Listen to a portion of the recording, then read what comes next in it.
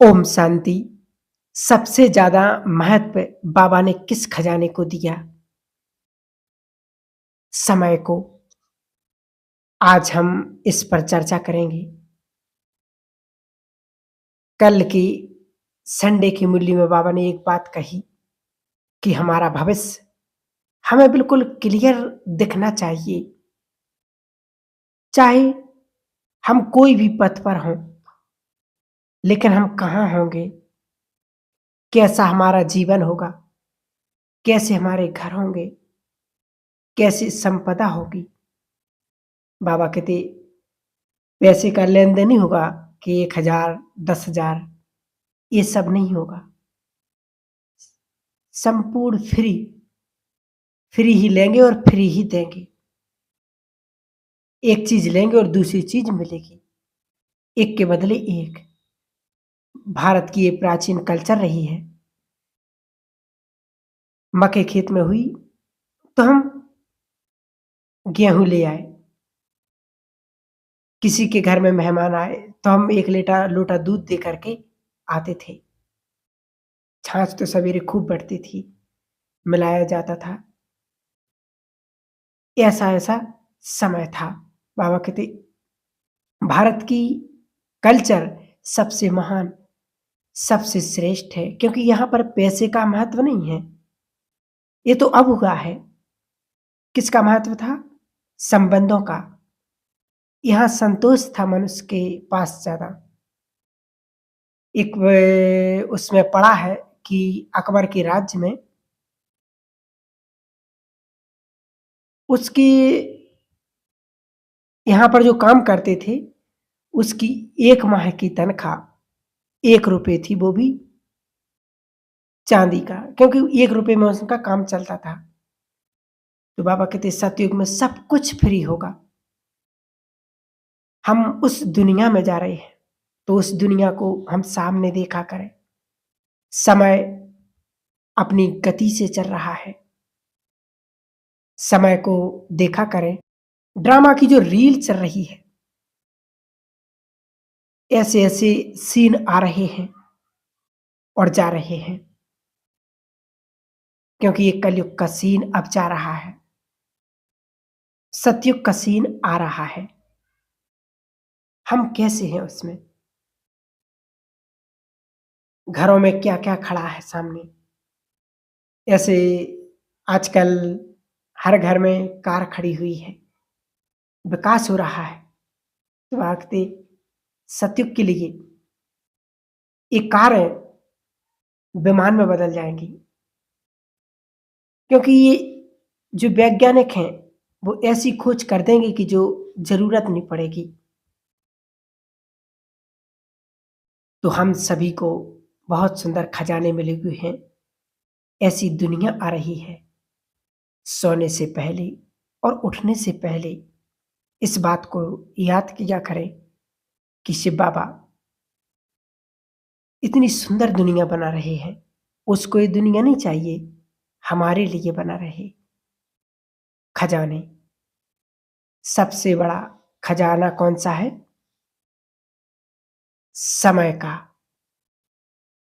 और उससे बड़ा खजाना स्वयं भगवान। किस-किस को मिला? कोई संसार की सभा में हाथ उठाएँगे क्या कि हमें भगवान मिला? सन्यासी देखेंगे तो वो भी हँसेंगे कि ये पागल हो गए हैं। कहते हैं कि ये तो अपने दादा को भगवान कहते हैं। परंतु वो मिल गया जिसकी हमें खोज थी, युगों से।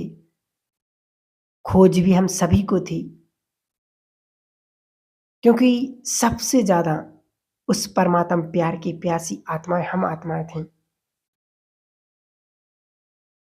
कल पहले बाबा से मिलन मनाने का जो सुख कई जन्मों से, कई कल्प से भरा हुआ था, वो जागृत होता था कि भगवान हमें मिल जाए, क्षण भर के लिए उसके दर्शन हो जाए। परंतु वो सुंदर समय, वो परम शक्तिशाली, महान दिव्य समय अब आ गया है, तो ज़रूर उससे मिलन मनाएँ। क्योंकि कभी सोचा ही नहीं था कि भगवान इस तरह आकर के ज्ञान देंगे, सरल शब्दों में सब कुछ बता देंगे। ये ज्ञान बहुत बड़ा खजाना है। तो हमारे बहुत सुंदर भाग्य हैं, बाबा हमें ऐसा सद्गुरु मिला जो जीवन की नैया को पार लगाने वाला है। पहले के गुरु ऐसे थे कि 4-5 शिष्य रखा करते थे, क्योंकि उनका लक्ष्य रहता था कि इनको मुक्ति और जीवन मुक्ति का रास्ता, मुक्ति और जीवन मुक्ति तक पहुंचाना। परंतु अब कलयुग का अंत है, अब तो ये प्रथा हो गई, हजारों शिष्य बना लेते हैं, क्योंकि ये कलयुग की अंतिम चरण और अंतिम सीन चल रहा है। ऐसा समय आ गया, अब तो हर इंसान के मन में टेंशन, चिंता, भय उत्पन्न हो रहा है। तो इस समय की मांग कहो, इस समय की वैल्यू कहो, भगवान जो हमसे चाहता है अब हमें वो करना है, वो करके दिखाना है। अंतिम समय परमात्मा स्वयं इस धरती पर आकर के हम सभी मनुष्य आत्माओं को देवतुल्य बना रहे हैं। कितनी सुंदर पढ़ाई पढ़ा रहे। हम बहुत भाग्यशाली हैं जो भगवान हमको पढ़ाने आते हैं। दुनिया में यदि लोग सुनेंगे तो वो हंसेंगे कि इन्हें भगवान पढ़ाने आता, परंतु सचमुच ये सत्य और बहुत सुंदर बात है कि भगवान स्वयं हमको रोज पढ़ाने आता है। ये 100% सत्य है। तो हम तो वैसे ही बहुत भाग्यशाली, महान हुए। तो समय की वैल्यू को समझ करके, समय को देखते हुए, क्योंकि अब जो करना है वो कर लेते हैं, क्योंकि अब समय बहुत कम बचा हुआ है। तो बाबा संगम पर आकर के हमें कितना सुंदर ज्ञान दे रहे हैं। जैसे दुनिया में नहीं सुनते कि भाई हमारे पूर्वज कुत्ता बिल्ली बंदर थे, लेकिन जो कह रहे वो उनको कहने दो, लेकिन हम क्या कहें कि हमारे पूर्वज देवता थे। हर चीज का पतन होता है, उत्थान नहीं होता, हर चीज का पतन होता है। उसी प्रकार पहले देवता थे, अब देवता से धीरे धीरे मनुष्य बने। तो आज दुनिया में हम देख सकते कि पहले से ज्यादा अभी परिवर्तन आया है। अभी सोच समझ रहन सहन हर चीज व्यक्ति की बदलने लगी है। तो ये पतन थोड़ी हुआ। तो वास्तव में पहले हमारे देवी देवता थे पूर्वज।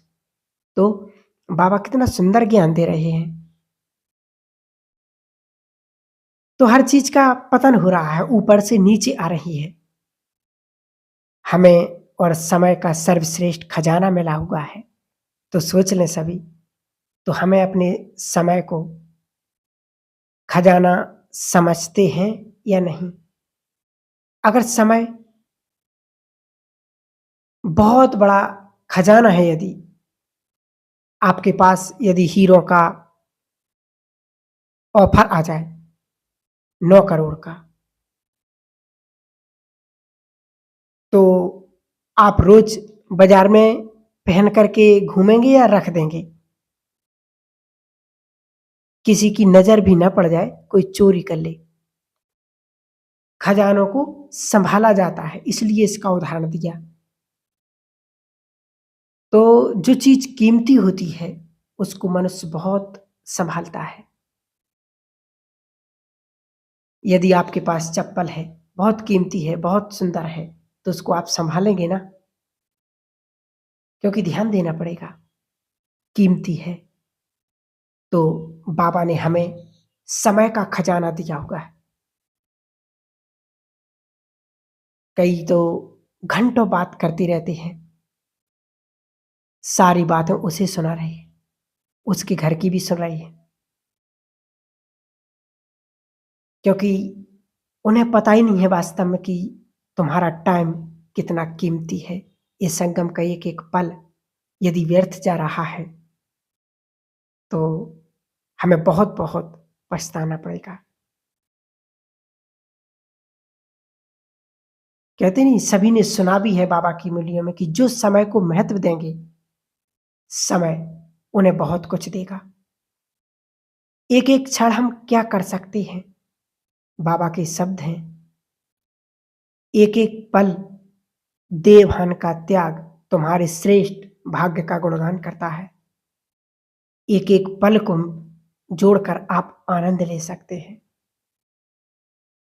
एक-एक पल भाग्य बनाने का समय है।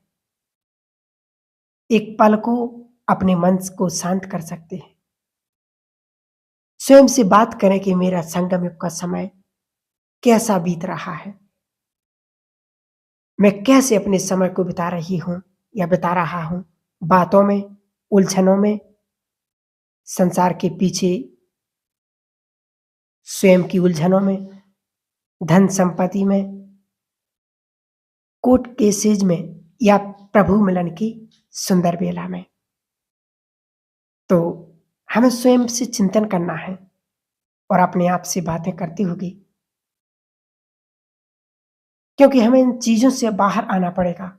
समय की यही सूक्ष्मता है, समय की यही मांग है, समय हमसे यही चाहता है, बाबा हमसे यही चाहता है। बहुत सुंदर श्रेष्ठ पुरुषार्थ करने का समय चल रहा है, तो अपने आप को तैयार करेंगे तो हमें अपनी स्थिति को महान बनाना है। आप अपनी स्थिति को महान बनाओ, संसार आपके पीछे चलेगा। बाबा की बातों पर गौर करो, स्वयं में रहो, संसार आपको सम्मान देगा। देह से न्यारे रहो तो संसार की सभी चीजें आपके कदमों में आ जाएंगी। संसार तुम्हें सम्मान देगा। तो वास्तव में हम बाबा के सभी बच्चे, सभी माताएं बहनें बाबा की बहुत बुद्धिमान आत्माएं हैं। और बुद्धिमान पढ़ाई से नहीं, बुद्धिमान सद्विवेक सद्ज्ञान से बनते हैं। पढ़ाई से डिग्री मिलती है, इसलिए सभी चिंतन करेंगे हमारा सुंदर समय कैसा बीत रहा है, सेवाओं में या फिर व्यर्थ बातों में। इसलिए यदि सेवाओं का चांस मिलता है तो जरूर अपनी योग्यताओं को सफल करें, बाबा के यज्ञ में अपनी समय को सफल करें। तो देखो, कई माताएं बहनें ये भी सोचती कि मैं अपनी बहू को छोड़ करके आई हूं, अपने नाती पोतों को कौन संभालेगा। तो वास्तव में इन संसार की सभी उलझनों से स्वयं को दूर करना पड़ेगा। स्वयं को निकालो।